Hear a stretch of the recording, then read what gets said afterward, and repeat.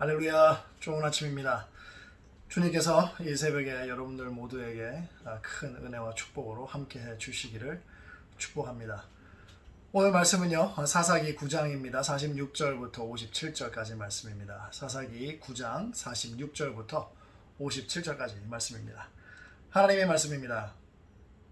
세겜 망대의 모든 사람들이 이를 듣고 엘브릿 신전의 보르로 들어갔더니 세겜 망대의 모든 사람들이 모인 것이 아비멜렉에게 알려지매 아비멜렉 및 그와 함께 있는 모든 백성이 살몬산에 오르고 아비멜렉이 손에 도끼를 들고 나뭇가지를 찍어 그것을 들어올려 자기 어깨에 메고 그와 함께 있는 백성에게 이르되 너희는 내가 행하는 것을 보나니 빨리 나와 같이 행하라 하니 모든 백성들도 각각 나뭇가지를 찍어서 아비멜렉을 따라 보루 위에 놓고 그것들이 앉혀있는 보루에 불을 놓음에 세겜 망대에 있는 사람들이 다 죽었으니 남녀가 약 1000명이었더라. 아비멜렉이 데베스에 가서 데베스에 맞서 진치고 그것을 점령하였더니 성읍 중에 견고한 망대가 있으므로 그 성읍 백성의 남녀가 모두 그리로 도망하여 들어가서 문을 잠그고 망대 꼭대기로 올라간지라. 아비멜렉이 망대 앞에 이르러 공격하며 망대의 문에 가까이 나아가서 그것을 불사르려 하더니 한 여인이 맷돌 윗짝을 아비멜렉의 머리 위에 내려 던져 그의 두개골을 깨뜨리니 아비멜렉이 자기의 무기를 든 청년을 급히 불러 그에게 이르되 너는 칼을 빼어 나를 죽이라. 사람들이 나를 가리켜 이르기를 여자가 그를 죽였다 할까 하노라 하니 그 청년이 그를 찌르매 그가 죽은지라.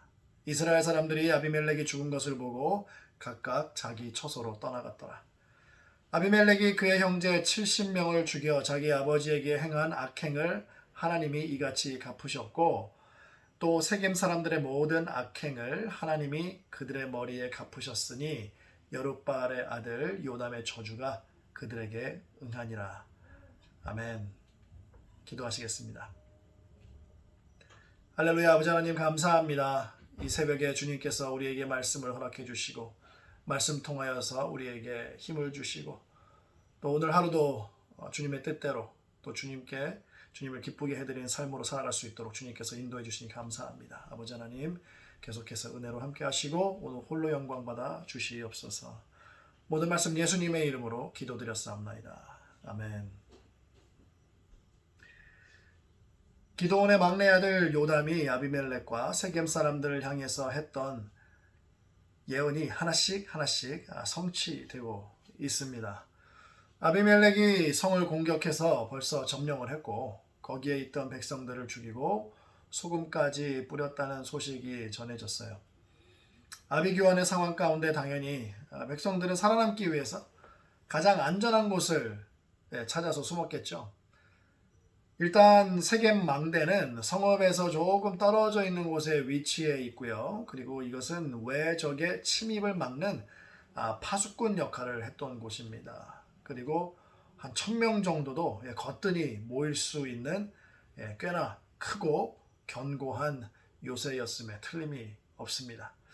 그러나 이곳 세겜 망대에 있던 사람들은 전부 엘브릿 신전의 보루로 들어가는데요. 이 신전의 보루는 동굴이나 지하방 같은 은신처 또는 밀실 정도를 말하는데 요새와 같은 망대에서 이곳으로 옮겨온 이유는 당연히 그들의 신 바알의 도움으로 안전할 것이다 라고 생각을 했고 또 그렇게 믿었기 때문에 그렇습니다. 이 사실을 들은 아비멜렉은 자기를 따르는 모든 백성들에게도 자기와 똑같이 나무를 해서 신전 보루에게 다 얹으라고 합니다. 그 다음에 거기에 불을 붙이지요. 아비멜렉의 막내 동생 요담이 백성들에게 말할 때 감람나무, 무화과나무 그리고 가시나무 비유를 들어서 설명을 했잖아요. 이 예언이 이 비유가 그대로 성취가 되는 것을 우리가 볼 수가 있습니다. 결국 세겜 사람들이 가시나무 같은 리더였던 아비멜렉을 선택을 했죠.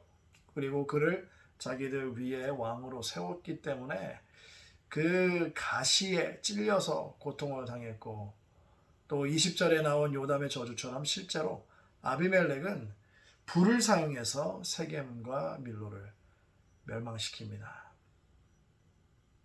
요담의 예언이 문자대로 성취된 것이 정말로 비극적입니다.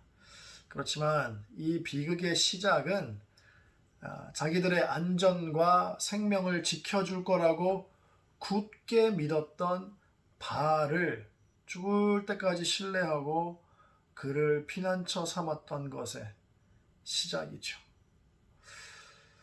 자, 하나님 외의 모든 우상들, 모든 신들 절대로 신뢰하거나 믿으면 안 됩니다.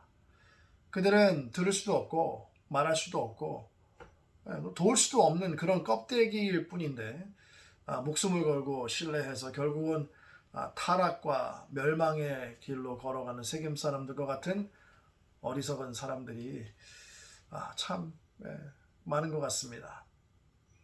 더 비극적인 것은 무엇이냐면 하나님을 우상처럼 믿는 거예요.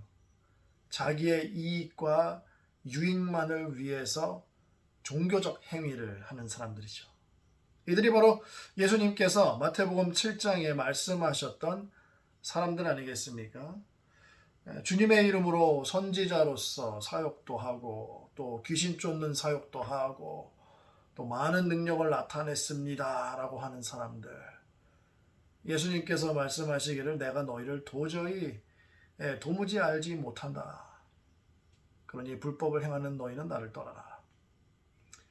예수님께서 이렇게 말씀하신 이유는 그들이 하나님의 뜻과는 전혀 상관없는 섬김, 자기 뜻대로 멋진 사역을 그냥 펼친 거죠. 자기 뜻대로 하나님의 말씀과 하나님의 뜻과는 상관없이 선지자로서 역할을 하고 또 귀신을 쫓았던 사람들. 결국 자기 자신이 칭찬을 받고 영광을 얻고 유명해지고 존경을 받은 거죠. 예수님께서 도무지 모르겠다고 한 이런 부류의 거짓 선지자, 거짓 사역자, 그리고 거짓으로 섬기는 자들도 세겜 사람들처럼 정말 목숨 걸고 합니다. 정말 열심으로 자기 자신, 물질, 성공이라는 우상을 신뢰하고 그것들을 피난처로 삼는 사람들이죠. 하나님이 아니라. 하나님을 믿고 신뢰하지 않는 것에 대한 결과는 세겜 사람들이 겪은 것과 똑같은 것일 것입니다. 불의 심판이죠. 그곳에 있던 1000명이나 되는 사람들을 모두 불에 태워 죽이고 아비멜렉은 망대로 도망간 사람들 또한 추격합니다. 그의 복수극은 너무나도 잔인하고 끝까지 잡아서 죽이려고 하는 그 결심이 엿보입니다. 글로 도망간 사람들이 뒤에 문을 다 잠그고 망대에 숨었거든요. 이제 그것을 알았던 아비멜렉은 신전에서 했던 것처럼 이 망대에 불을 붙이려고 합니다. 그래서 그냥 불 붙이면 거기 있던 사람들은 뒤에 다 문도 잠겼기 때문에 다 신전에 있던 사람들처럼 다 불타 죽겠죠. 그래서 아비멜렉이 그렇게 하려고 할 때 망대에 있던 여인 하나가 그에게 맷돌 윗짝을 집어서 그에게 던졌는데 그의 머리에 맞아서 그는 죽을 지경에 빠집니다. 머리가 깨져요. 아직까지 살아있는 아비멜렉은 여자에게 죽임을 당하는 것은 수치스러운 일이었기 때문에 옆에 있던 자기의 무기를 든 청년에게 자기를 죽여달라고 명을 합니다. 그렇게 해서 아비멜렉은 그 청년의 손에 허무하게 죽임을 당하죠. 아비멜렉은 죽는 그 순간까지도 자기 자신의 영광과 명예를 자신의 영혼보다 더 귀하게 여겼습니다. 참 그 모습이 불쌍합니다. 이 아비멜렉의 죽음을 끝으로 살육과 내전은 끝이 나고 그제서야 사람들이 자기 집으로 돌아갔는데요. 참 얼마나 허망하고 슬프고 또 이로 인해서 많이 다치고 또 죽임을 당한 형제들, 자매들, 식구들, 또 친구들 얼마나 많겠습니까? 고통으로 끝납니다. 죄에 대한 심판 후에는 왜 그랬을까? 그때 왜 돌이키지 못했을까? 왜 회개하지 않고 사랑하지 않았고 겸손하지 못했고 부족해도 서로서로 세워주면서 기쁘고 즐겁게 살지 못했을까?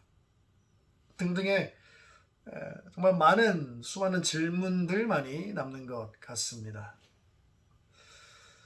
아비멜렉과 세겜 사람들이 흘렸던 무고한 피에 대한 대가를 하나님께서는 이렇게 갚아주셨고요. 결국 아비멜렉의 짧은 3년의 통치는 서로 죽이고 죽는 하나님의 심판으로 끝이 납니다. 여러분을 핍박하는 사람들이 혹시 있습니까? 여러분을 비방하고 무시하는 사람들이 혹시 있습니까? 물론 기분이 나쁘고 화가 나고 또 아비멜렉처럼 복수하고 싶은 생각이 들 수도 있습니다.